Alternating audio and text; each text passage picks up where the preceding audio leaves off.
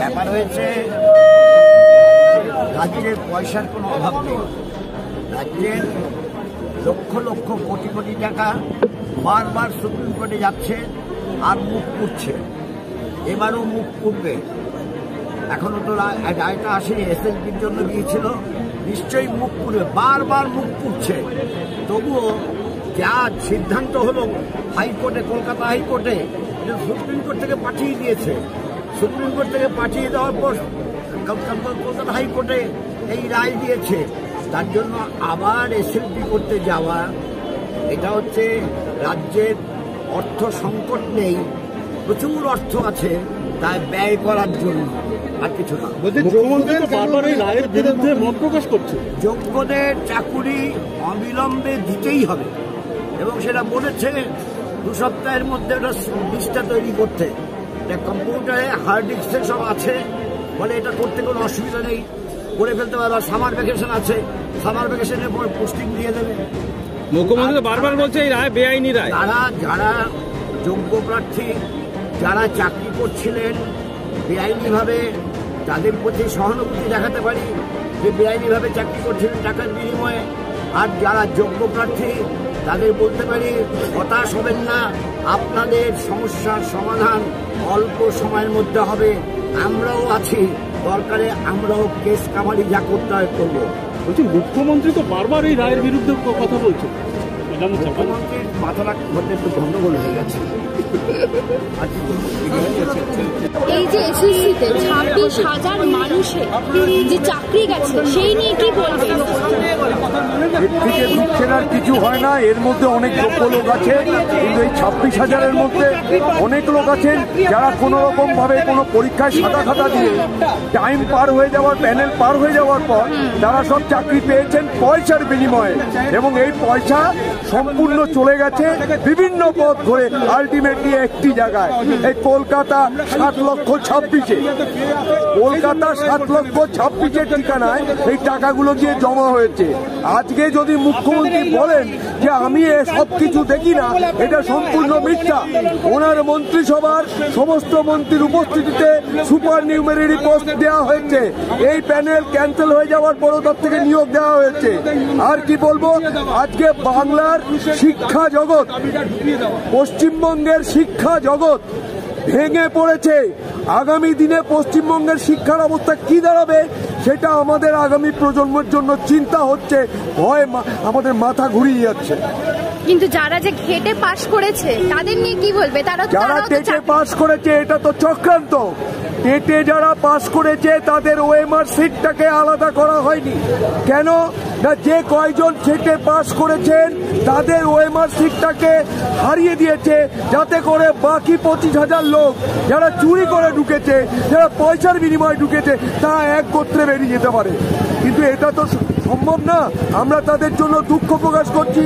মেধার অনুযায়ী যারা চাকরি থেকে 8 বছর পরে বঞ্চিত হবেন তাদের জন্য আমরা দুঃখ প্রকাশ করছি। বামফ্রন্ট যুক্ত প্রকাশ করছে, কংগ্রেস যুক্ত প্রকাশ করছে, সাধারণ মানুষ দুঃখ প্রকাশ করছে। কিন্তু যে 25,000 বাকি লোক যারা চুরি করেছেন তাদের জন্য কি হবে? তাদের যে পয়সা দিয়ে 8 লাখ 10 লাখ টোটাল হিসাব করলে দেখা যাবে অন্তত 2,000 থেকে 2,500 কোটি টাকা শুধুমাত্র 2016 মাধ্যমিক আর উচ্চ মাধ্যমিক শিক্ষক, অশিক্ষক, কর্মচারী নিয়োগের ক্ষেত্রে নেওয়া হয়েছে। এবার যদি সম্পূর্ণটা হিসাব করেন তাহলে আমি দায়িত্ব নিয়ে বলছি, এই তৃণমূল সরকার কিছু না হোক 1.5 লক্ষ কোটি টাকা মার্কেট থেকে এইভাবে চুরি করেছে। তার প্রমাণ আমাদের কাছে, আমাদের অনুমান করতে কোনো অসুবিধা হতো। আপনার নাম? আমার নাম সুকমল সাহা। ধন্যবাদ। এখন হলো কেন? চোর চুরিতে যারা হাত পাকিয়েছে তারা আজকে নবান্নে বসে আছে। ঠিক ঠিক ঠিক।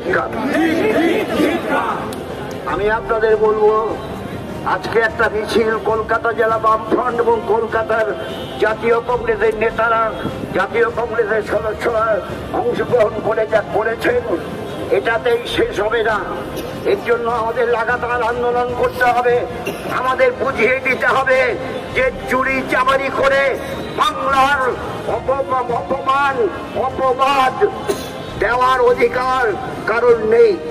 তাই এই যে লোকসভা নির্বাচন আসন্ন, যা শুরু হয়ে গেছে, প্রথম পর্ব হয়ে গেছে, দ্বিতীয় পর্ব শুরু হবে, তারপর তৃতীয় পর্ব এখানে হবে সপ্তম পর্বে।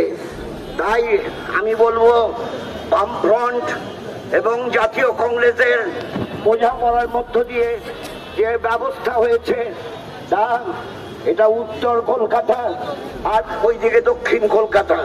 উত্তর কলকাতায় জাতীয় কংগ্রেসের মনোনীত এবং বামফ্রন্ট সমর্থিত কংগ্রেস প্রার্থী যে অধ্যাপক প্রদীপ ভট্টাচার্য এবং দক্ষিণে বামফ্রন্ট মনোনীত জাতীয় কংগ্রেস সমর্থিত প্রার্থী সিপিআইএম প্রার্থী শায়রা